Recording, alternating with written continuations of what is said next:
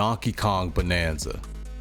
Now I'll admit, I had my apprehensions at first about this game, and some of them were well deserved. And me having a new Nintendo Switch 2 with basically no games on it, I was looking for a video game to display its graphical capability and also its performance. Now, this is my first review on the channel. I usually give review scores, but I just have so much to say about these games. We break it up into 4 sections for the game: graphics, sound, control, and fun factor. And then we ended out with an overall score for the game. Me personally, I never bought Donkey Kong Country. I never bought any of the Diddy Kong games. I only played them in passing and on other people's. Actually, I had Donkey Kong Country for Super Nintendo recently, but I've never played it. But let's go ahead and get into the first ever Ancient Mad Gamer review. Yo, what's good? This the Mad Gamer back with another one. Go ahead and Hulk smash the like button for the algorithm. Hulk smash! And then make sure you go ahead and subscribe up, because we got all the newest gaming news, documentaries, unboxings. Well, not lately, because we've been mostly digital games. I live stream all my games. You know how it go on this one. Okay, now first off, let's start off with the graphics.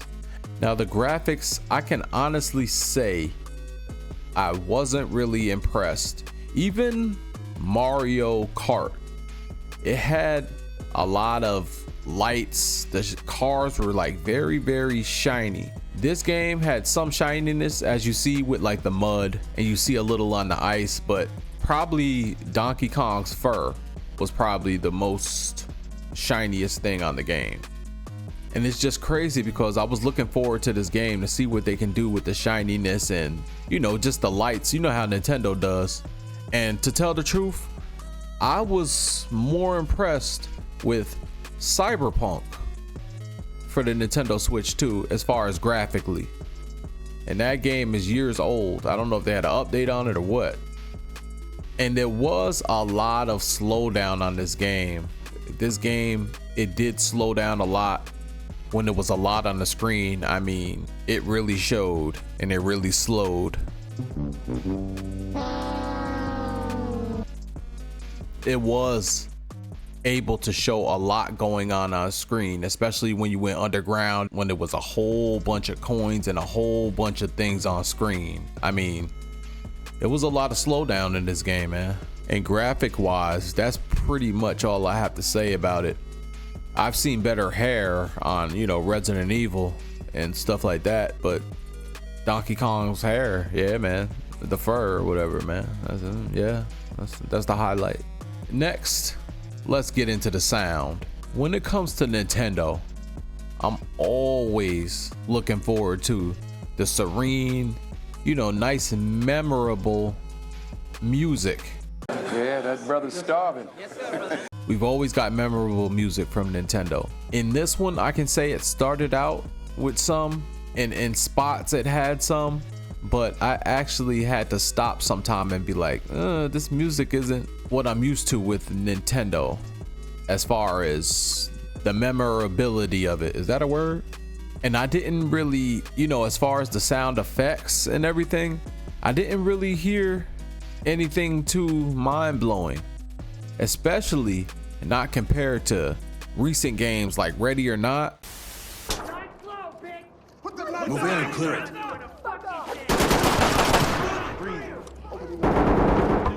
Ready or Not has, like, I don't know what they have with the guns, but it sounds like they have the exact sounds of the guns and, you know, the voices and just the backgrounds, doors closing, opening, etc.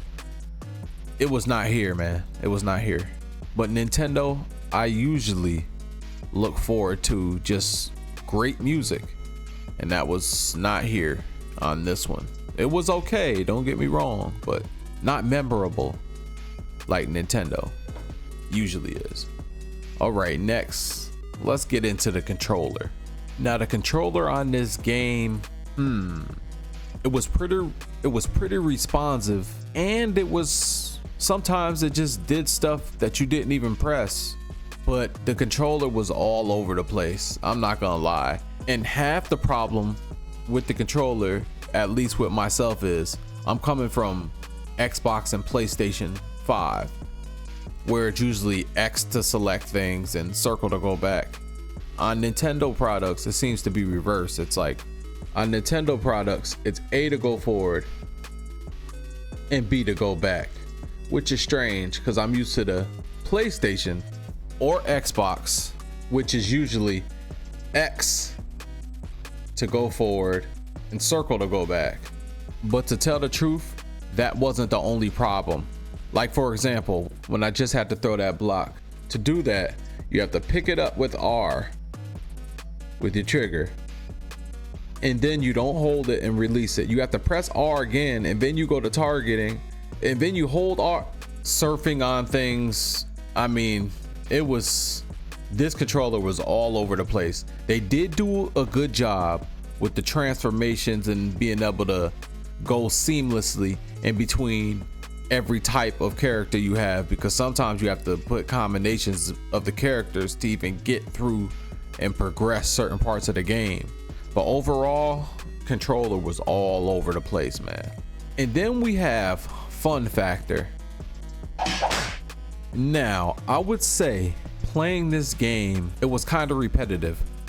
Like you see this part right here where, you know, I had a dude with headphones, big guy with headphones. At first I saw it, I was amazed. I was like, wow, you know, like, oh my God. And then every single world you went to, you had to keep doing the same thing. Going to grab the records, coming and bringing them back. Every world.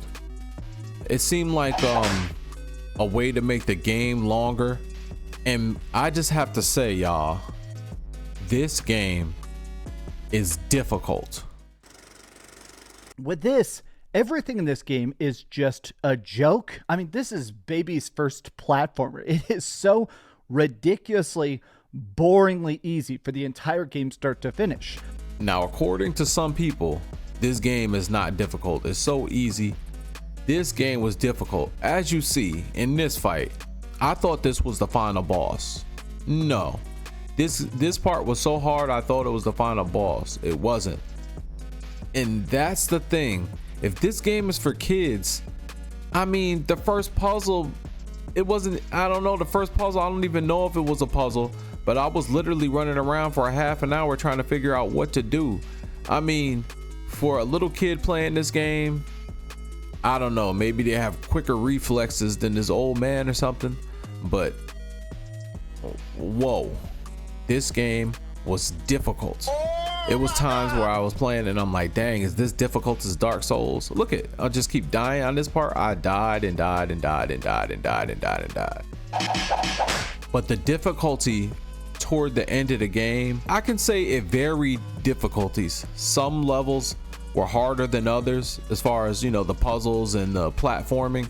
Some levels were harder than others, but when it got toward the end of the game, the difficulty just stepped up. I mean, probably fivefold, bruh. If you're looking for a challenging game, I would say this is it. And I did update the game when I got it. If I remember correctly, I was gonna play it without the update, so I did play the updated version of the game that they had, you know, when you get the game and open it.